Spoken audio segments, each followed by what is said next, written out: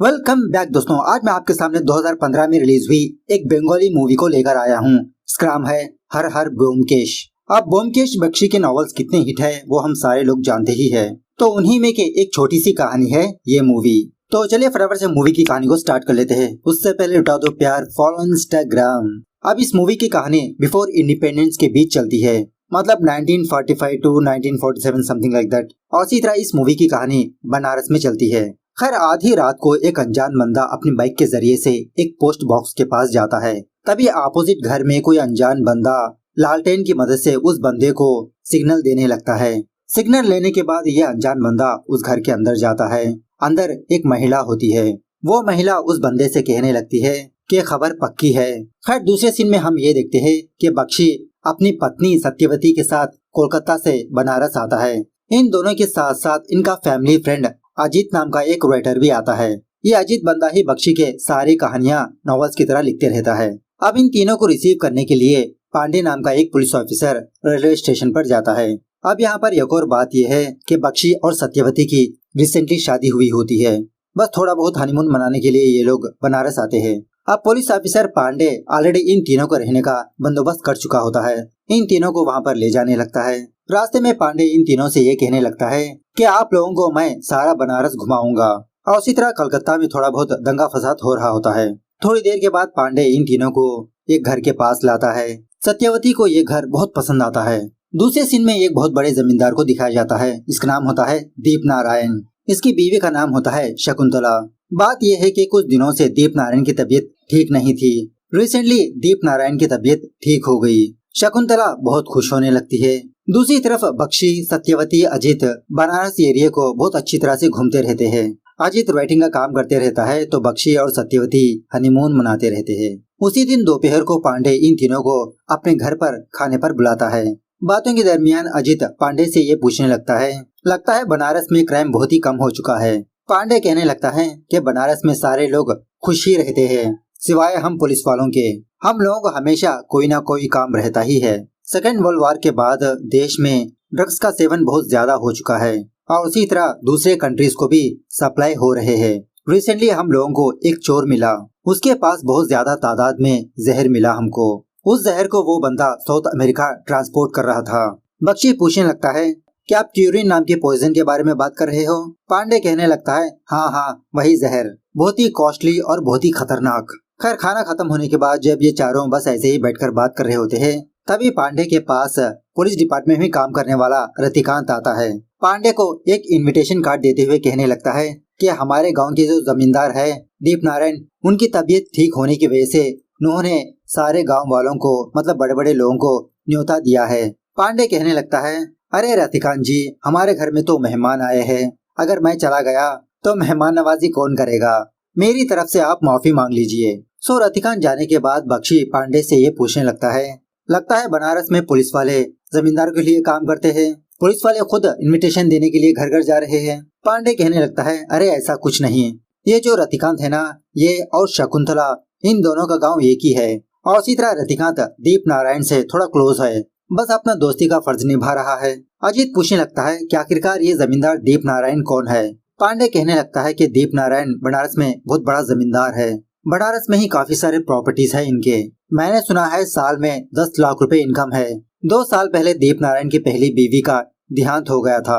उसके बाद दीप नारायण अपने से कम उम्र शकुंतला से शादी कर ली। शकुंतला शादी से राजी नहीं थी, मतलब ऐसा लोगों का कहना है। अब दीप नारायण को पहली बीवी से भी कोई संतान नहीं थी। सारी प्रॉपर्टी इसके रिश्तेदार ना हड़पे, इसीलिए दीप नारायण ने शकुंतला से शादी कर ली। ये शकुंतला बहुत ही मॉडर्न लड़की है, मतलब बहुत ही रईस आदतें रखती है।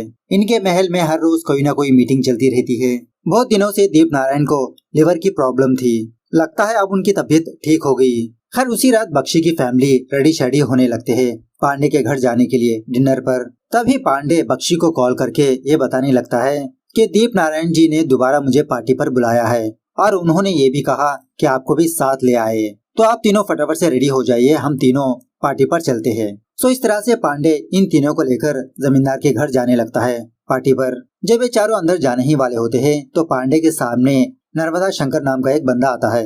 कहने लगता है अच्छा, आजकल पुलिस वाले भी पार्टी में शामिल होने लगे। पांडे कहने लगता है अब दीप नारायण का बुलावा है, आना तो पड़ेगा। नर्मदा शंकर वहाँ से जाने के बाद पांडे इन तीनों से उसके बारे में बताने लगता है। इसका नाम नर्मदा शंकर है, दीप नारायण का बेस्ट फ्रेंड है, लेकिन बहुत बड़ा पियक्कड़ भी है। दूसरी तरफ ऑलरेडी पार्टी शुरू हो चुकी होती है, संगीत वगैरह जोरों शोरों से चलते रहता है। एट द सेम टाइम दीप नारायण अपने मेहमानों को वेलकम बोलते रहता है। अब इसी दरमियान में पांडे इन तीनों को लेकर दीप नारायण के पास जाता है, इन तीनों का इंट्रोडक्शन करवाने लगता है। दीप नारायण के पास ही डॉक्टर पालित नाम का एक बंदा रहता है, एक्चुअली ये भी एक बंगाली होता है। दीप नारायण कहने लगता है कि मेरी जान को बचाने वाले यही डॉक्टर पालित है। थोड़ी देर के बाद डॉक्टर जगन्नाथ प्रसाद नाम का एक बंदा दीप नारायण के पास आकर ये कहने लगता है, दीप नारायण जी, मैं बहुत दुखी हूँ, आपकी सेहत के लिए मैं बहुत मेहनत की, लेकिन आप आखिरी समय में मुझे हटाकर डॉक्टर पालित को काम पर रख लिया। सारी मेहनत मैंने की और नाम आ रहा है उस बंगाली डॉक्टर पालित का। खैर इसी पार्टी में दीप नारायण का भांजा देव नारायण होता है और यह बंदा हमेशा पीते रहता है। अपने दोस्तों से कहने लगता है कि अगर मेरे चाचा जी को कोई भी संतान नहीं होती तो सारी प्रॉपर्टी मेरे नाम पर ही होती, लेकिन मेरे चाचा जी ने दूसरी शादी कर ली, मेरे चाचा जी से मुझे कुछ भी फायदा नहीं। इस तरह से अनाप शनाप बकते रहता है। अब इसी पैलेस में बहुत सारे पेंटिंग्स होते हैं और इन सारे पेंटिंग्स को शकुंतला ने ही अपने हाथों से बनाया होता है। थोड़ी देर के बाद डॉक्टर मन्ना डॉक्टर पालित के पास आकर कुछ खुसुर फुसुर करने लगती है। ये देखकर पांडे बख्शी से कहने लगता है कि उसका नाम डॉक्टर मन्ना है। जिस तरह से डॉक्टर पालित दीप नारायण के डॉक्टर है, उसी तरह से डॉक्टर मन्ना शकुंतला की डॉक्टर है। थोड़ी देर के बाद शकुंतला अच्छे से रेडी शेडी होकर पार्टी में आती है। शकुंतला के साथ ही चांदनी नाम की एक लड़की भी होती है और ये और कोई नहीं देव नारायण की बीवी होती है। एट द सेम टाइम दूसरी तरफ कोई अनजान बंदा डॉक्टर पालित के हॉस्पिटल में घुसकर कुछ चोरी करने की कोशिश करने लगता है या तो फिर चोरी कर ही लेता है। सो थोड़ी देर के बाद रतिकांत पार्टी में आकर डॉक्टर पालित से यही बात कहने लगता है कि आपके डिस्पेंसरी में चोर घुस आया, फटाफट से आप मेरे साथ चलिए, देखिए कौन सा सामान गया। फिलहाल मैं 2 पुलिस वालों को पहरेदारी के लिए लगा चुका हूँ। सो थोड़ी देर के बाद पार्टी खत्म होने के बाद सारे मेहमान पार्टी से बाहर जाने लगते हैं। उसी वक्त जब बख्शी भी जा रहा होता है तो एक गली में ये देखता है कि डॉक्टर जगन्नाथ प्रसाद किसी बूढ़े आदमी को कुछ पैसे दे रहा होता है। वो बूढ़ा आदमी मना करते रहता है, लेकिन इसके बावजूद भी प्रसाद उसके हाथ में कुछ पैसे थमा ही देता है। दूसरे दिन सुबह सवेरे पांडे बख्शी को कॉल करके फटाफट से महल आने के लिए कहता है, तो बख्शी रेडी होकर अजित को लेकर दीप नारायण के घर जाने लगता है। अजित पूछने लगता है कि इतना सुबह सवेरे महल क्यों जा रहे हैं हम लोग। बख्शी कहने लगता है कि दीप नारायण इज नो मोर। तो महल के अंदर जाने के बाद यहाँ पर पुलिस वाले डॉक्टर पालित भी होता है। अब डॉक्टर पालित जो हुआ वो सारी बात इन लोगों को बताने लगता है कि हर संडे की तरह इस संडे भी डॉक्टर पालित दीप नारायण को इंजेक्शन करने के लिए यहाँ पर आता है। दीप नारायण कहने लगता है कि मैंने सुना है आपके डिस्पेंसरी में चोर घुस आया, कुछ ज्यादा सामान गया हो तो मैं पैसे दे देता हूँ। पालित कहने लगता है ज्यादा नुकसान नहीं हुआ, बस 6 रुपये का नुकसान हुआ। मुझे अभी तक समझ में नहीं आया कि चोर मेरे हॉस्पिटल में क्यों घुस आया, मेरे हॉस्पिटल में इतनी कीमती चीजें है भी नहीं। इस तरह से डॉक्टर पालित दीप नारायण को इंजेक्शन डालने लगता है, रेगुलर इंजेक्शन लेते ही दीप नारायण की मौत हो जाती है उसी वक्त। सो डॉक्टर पालित कहने लगता है कि मुझे लगता है कि शायद उस दवाई में किसी ने जहर मिलाया। 2 दिन पहले ही मैंने उसी दवाई को दूसरे बंदे को दिया, वो तो तंदुरुस्त है। बख्शी कहने लगता है जहर, क्या वो क्यूरेन जहर है? पालित कहने लगता है हो सकता है, पोस्टमार्टम करने के बाद और क्लियर से पता चल जाएगा। बख्शी कहने लगता है कि कल रात जो चोर आपके डिस्पेंसरी में आया वो चोरी की इरादे से नहीं आया होगा, दवाई बदलने के लिए आया होगा। हर संडे आप दीप नारायण को इंजेक्शन डालने के लिए आते हो, ये बात कौन कौन जानता है? पालित कहने लगता है ये बात तो सारे गांव को पता है, पिछले 5 महीनों से मैं रेगुलरली आता जाता रहता हूँ। At the same time doctor Manna Shakuntala के कमरे से बाहर आने पर डॉक्टर पालित शकुंतला के बारे में पूछने लगता है। डॉक्टर मन्ना कहने लगती है कि इट्स कंफर्म। बाद में डॉक्टर पालित इन सारे लोगों को ये कहने लगता है कि शकुंतला प्रेग्नेंट है। बाद में ये पूछने लगता है कि आप लोग मुझे अरेस्ट करोगे क्योंकि मैंने ही इंजेक्शन डाली ना। पांडे कहने लगता है कि अभी नहीं, पहले पोस्टमार्टम रिपोर्ट्स और फॉरेंसिक रिपोर्ट्स आ जाना चाहिए, फिलहाल आप जा सकते हो। इस तरह से डॉक्टर पालित वहाँ से चला जाता है। उसके बाद बख्शी पांडे से कुछ बातें डिस्कस करने लगता है कि दीप नारायण मरने के बाद दीप नारायण की सारी प्रॉपर्टी उसके भांजे देव नारायण के नाम हो जाती, तो शक के दायरे में देव नारायण पहले नंबर पर है। हो सकता है डॉक्टर पालित देव नारायण से हाथ मिलाकर दीप नारायण को जहर दिया होगा, लेकिन शकुंतला देवी ने डॉक्टर पालित को ही काम पर रखा डॉक्टर प्रसाद के बदले। तो ऐसे में डॉक्टर पालित शकुंतला देवी को कैसे धोखा दे सकता है? अगर डॉक्टर पालित को मारना होगा तो इंजेक्शन के जरिए से क्यों मारा होगा? सारा शक तो इसी के ऊपर आएगा ना। या तो फिर डॉक्टर प्रसाद ने डॉक्टर पालित को फंसाने की कोशिश की होगी, मतलब हो सकता है उसने दवाई को बदल दिया हो। इस तरह से ये लोग थोड़ा अंदाजा लगाने लगते हैं कि किसको ज्यादा फायदा हो सकता है। इसी में बख्शी कहने लगता है कि अब तो फॉरेंसिक रिपोर्ट आने के बाद ही कुछ पता चलेगा। उसके बाद राइटर अजीत बख्शी से उस क्यूरेन जहर के बारे में पूछने लगता है। बख्शी कहने लगता है कि वो जहर बहुत ही खतरनाक जहर है, उसका एक कतरा जानलेवा हो सकता है। साउथ अमेरिका के ट्राइबल लोग हंटिंग करने से पहले अपने एरोस के सामने इस जहर को लगाकर हंटिंग करते हैं। ये जहर खाने पीने में मिलाया जाए तो कुछ भी असर नहीं होगा, ये जहर डायरेक्ट ब्लड में ही देना पड़ेगा, तभी वो जहर असर कर पाएगा। उसके बाद ये सारे लोग मिलकर डॉक्टर पालित के हॉस्पिटल जाते हैं। इस हॉस्पिटल में बख्शी उस बूढ़े आदमी को देखता है जो कल रात को दिखा था ना, वो इस बूढ़े आदमी को बुलाकर पूछने लगता है कि डॉक्टर प्रसाद तुमको पैसे क्यों दे रहा था। पहले तो ये बूढ़ा आदमी सच नहीं बताता, बाद में बताने लगता है कि डॉक्टर प्रसाद ने कहा कि मैं डॉक्टर पालित के पास काम छोड़कर उनके पास ज्वाइन हो जाऊं। उसके बाद बख्शी डॉक्टर पालित से ये पूछने लगता है, सुबह में आपने ये कहा था कि शकुंतला प्रेग्नेंट है, वो सुनने के बाद आप थोड़ा हैरान क्यों हो गए? पालित कहने लगता है कि दीप नारायण पिछले 5 महीनों से बिस्तर पर है, मतलब बीमार थे, तो ऐसे हालत में शकुंतला 3 महीनों की प्रेग्नेंट कैसे हो सकती है? सो यही बात मुझे थोड़ा शॉकिंग लगी। सो दूसरे दिन पोस्टमार्टम रिपोर्ट आ जाती है तो ये बात पता चलती है कि दीप नारायण को वही क्यूरेन जहर दिया गया था। जब ये सारे लोग मिलकर दीप नारायण के घर जाते हैं, उसी वक्त वहाँ पर नर्मदा शंकर आता है, लेकिन पुलिस वाले नर्मदा शंकर को घर के अंदर आने नहीं देते क्योंकि फिलहाल ये क्राइम स्पॉट है, उसको वापस भेज देते हैं। घर के अंदर आने के बाद बख्शी घर के सारे लोगों से पूछताछ करना स्टार्ट करने लगता है। चांदनी कहने लगती है कि दीप नारायण जी बहुत अच्छे इंसान थे, उनका कोई दुश्मन हो ही नहीं सकता। इसी बातों ही बातों में बख्शी को सेड्यूस करने की कोशिश करने लगती है। उसके बाद ये लोग पियकड़ देव नारायण के पास जाते हैं पूछताछ करने के लिए। बख्शी कहने लगता है कि आप दिन भर हमेशा नशे में धुत रहते हो, जिसकी वजह से दीप नारायण जी कोई भी बिजनेस आपके हाथ में नहीं रखा, सारे बिजनेस वही संभालते थे। देव नारायण कहने लगता है मुझे कुछ नहीं पता, कुछ नहीं पता।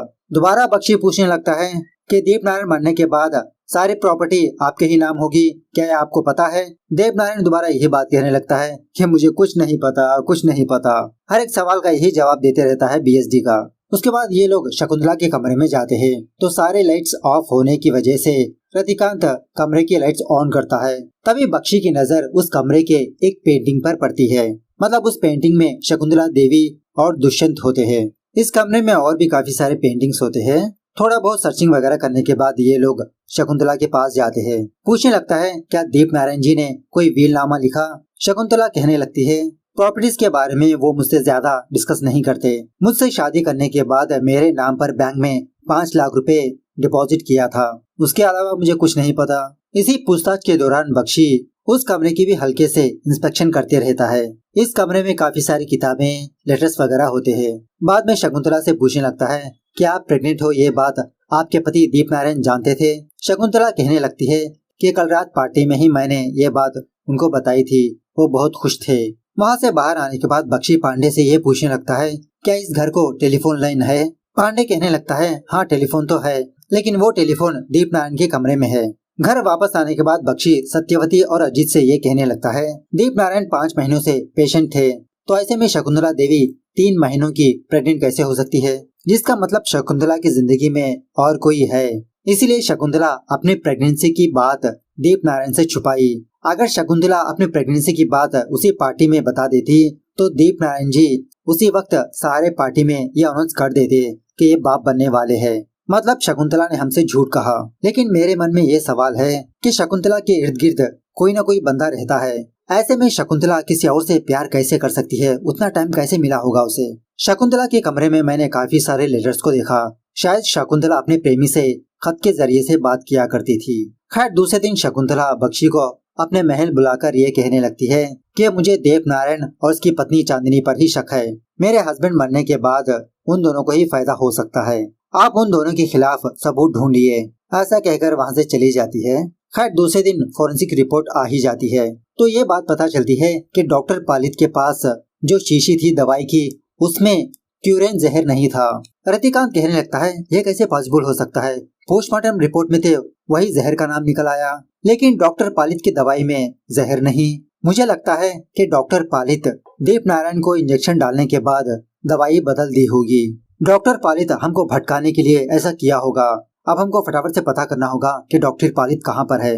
तो पता चलता है कि डॉक्टर पालित बनारस से कहीं जा रहे हैं। तो ये सारे लोग फटाफट से डॉक्टर पालित का रास्ता रोककर इसको पुलिस स्टेशन लाकर इसे पूछताछ करने लगते हैं। डॉक्टर पालित कहने लगता है कि मैं सिर्फ एक ही बोतल को दीप नारायण के घर ले गया था, वही इंजेक्शन किया, वही दवाई मैंने आपको दी, मैं किसी भी दवाई का एक्सचेंज नहीं किया। सो डॉक्टर पालित को वहाँ से जाने देते हैं। बाद में रतिकांत पांडे से कहने लगता है कि सर रिसेंटली हम लोगों ने एक चोर को पकड़ा था ना, जो उसी जहर को स्मगल कर रहा था। मैं खुद जेल जाकर उस बंदे से पूछताछ करूंगा कि उस बंदे से किसने वो जहर खरीदा।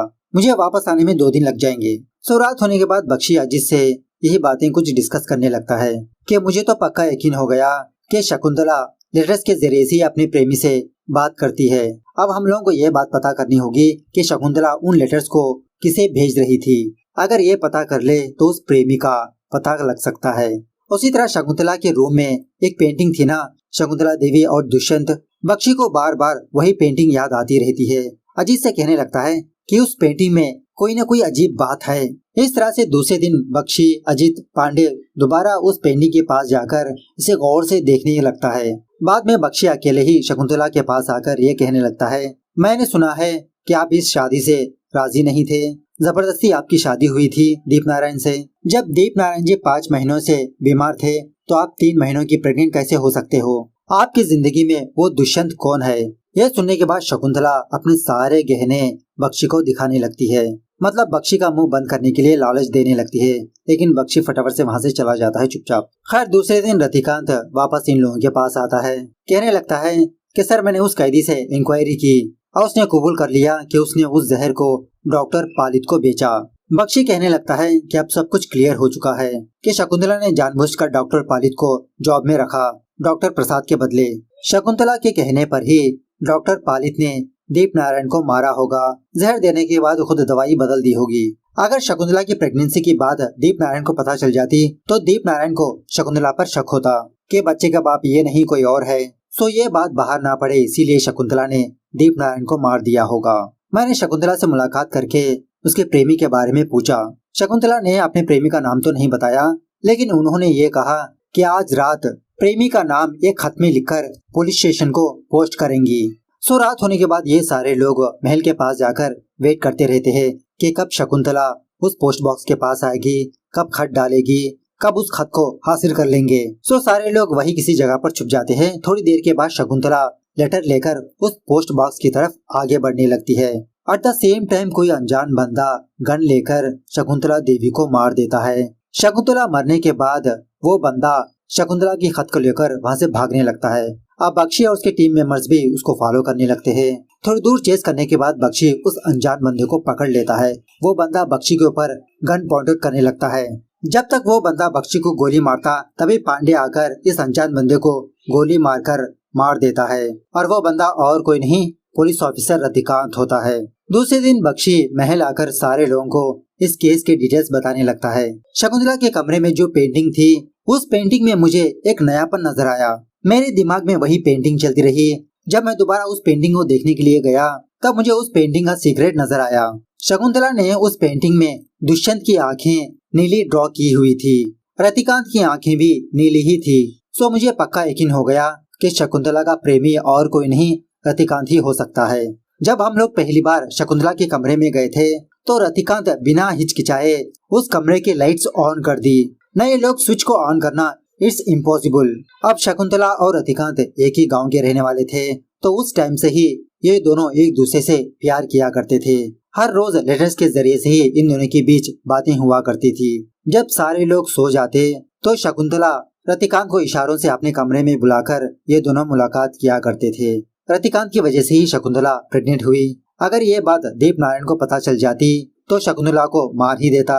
इसीलिए रतिकांत उस कैदी से मुलाकात करके उससे जहर हासिल करके पार्टी के दिन डॉक्टर पालित के हॉस्पिटल में जाकर दवाई को एक्सचेंज कर दिया। और जब उस दवाई को फॉरेंसिक रिपोर्ट के लिए भेजने वाले थे तो उस वक्त रतिकांत ने उस दवाई को एक्सचेंज कर दिया और ऐसे जताने लगा कि सारा शक डॉक्टर पारित पर ही जाए। कल मैं शकुंतला से मुलाकात करके झूठी रिश्वत मांगने लगा, मतलब मुझे 5 लाख रुपए देने के लिए कहा। अगर शकुंतला का जवाब हाँ निकला तो वो लेटर मुझे भेजे। इसलिए कल रात शकुंतला लेटर में हाँ लिखकर पोस्ट करने के लिए आई थी।